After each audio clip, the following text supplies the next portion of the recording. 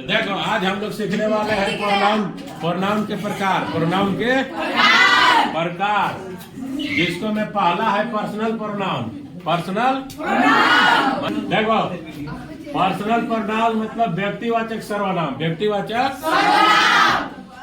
The pronoun which are used for all the person are called personal pronoun. Personal तीनों पुरुषों के लिए प्रयुक्त होने वाले सर्वनाम को क्या कहते हैं? व्यक्तिवाचक सर्वनाम कहते हैं। फॉर एग्जाम्पल में देखो आई एम बिजी, मैं व्यस्त हूँ। मैं व्यस्त हूँ। वी आर राइटिंग, हम लोग लिख रहे हैं। हम लोग यू आर सिंगिंग, तुम गा रहे हो चाहे गा रही हो। ठीक है। ही इज वॉकिंग, वह टहल रहा है। इसमें आई वी यू ही। ठीक है। आई वी यू ही यहाँ कौन प्रोनाउन है? पर्सनल प्रोनाउन है। इन्हें पर्सनल प्रोनाउन इसलिए कहा जाता है, इन्हें पर्सनल प्रोनाउन इसलिए कहा जाता है क्योंकि ये इंग्लिश ग्रामर में तीनों पर्सन मतलब फर्स्ट पर्सन, सेकेंड पर्सन और थर्ड पर्सन के लिए प्रयुक्त होते हैं।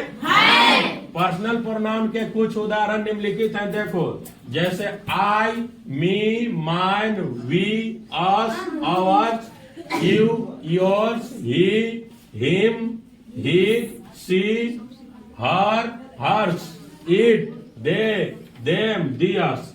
ठीक है। फर्स्ट पर्सन का होता है, फर्स्ट पर्सन का हिंदी होता है प्रथम पुरुष। प्रथम पुरुष बोलने वालों को फर्स्ट पर्सन कहते हैं। बोलने वालों को फर्स्ट पर्सन कहते हैं। जैसे मान लो हम राहुल से बात कर रहे हैं पंकज के बारे में, तो हम बात कर रहे हैं तो हम हो गए फर्स्ट पर्सन। जैसे आई और वी कौन पर्सन में आता है? फर्स्ट पर्सन में आता है। तो हम राहुल से बात कर रहे हैं पंकज के बारे में, तो हम हो जाएंगे फर्स्ट पर्सन। अब राहुल से बात कर रहे हैं तो राहुल हो गया सेकेंड पर्सन, और पंकज के बारे में बात कर रहे हैं तो पंकज है थर्ड पर्सन। ठीक है। यस। दूसरा है सेकेंड पर्सन, मध्यम पुरुष, जिससे बात की जाए, उसे सेकेंड पर्सन कहते हैं। जैसे यू और थौ। ठीक है। जैसे मान लो हम राहुल से बात कर रहे थे तो राहुल सेकेंड पर्सन है। अब थर्ड पर्सन देखो अन्य पुरुष, जिसके विषय में बात की जाए उसे थर्ड पर्सन कहते हैं। जैसे ही, सी, इट, दे। जैसे हम राहुल से बात कर रहे थे पंकज के बारे में, पंकज के विषय में, तो पंकज क्या हो जाएगा? Third person. अब देखो इसका जो चार्ट है इसको याद करना। फर्स्ट पर्सन जो है पर्सन, केस मतलब कारक, सिंगुलर एक वचन, प्लुरल बहुवचन। फर्स्ट पर्सन में देखो तीनों केस में नॉमिनेटिव केस में आता है आई, जिसका अर्थ होता है मैं, और सिंगुलर में आई और प्लुरल में वी। ऑब्जेक्टिव केस में फर्स्ट पर्सन का ऑब्जेक्टिव केस में मी मतलब मुझे या मुझको, और प्लुरल में अस मतलब हमको। फर्स्ट पर्सन का पोसेसिव केस, फर्स्ट पर्सन का पोसेसिव केस में सिंगुलर आता है माय या माइन, मेरा, मेरी, मेरे, और प्लुरल में आता है आवर, आवर्स मतलब हमारा, हमारी, हमारे। अब सेकेंड पर्सन में देखो, सेकेंड पर्सन में नॉमिनेटिव केस के सिंगुलर में आता है यू का मतलब प्लुरल में आता है यू का मतलब।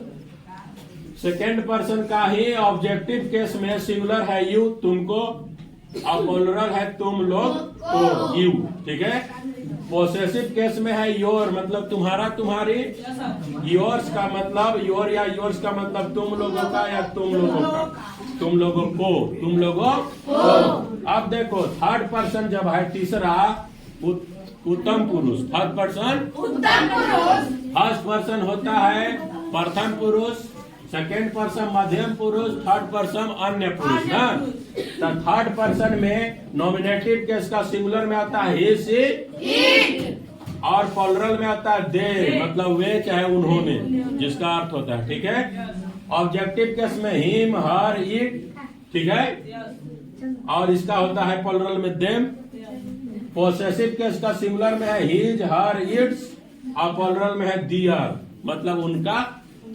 इस प्रकार से पर्सनल प्रोनाउन व्यक्तिवाचक सर्वनाम की क्रिया संपन्न हुआ। ठीक है, समझ में आया? Yes,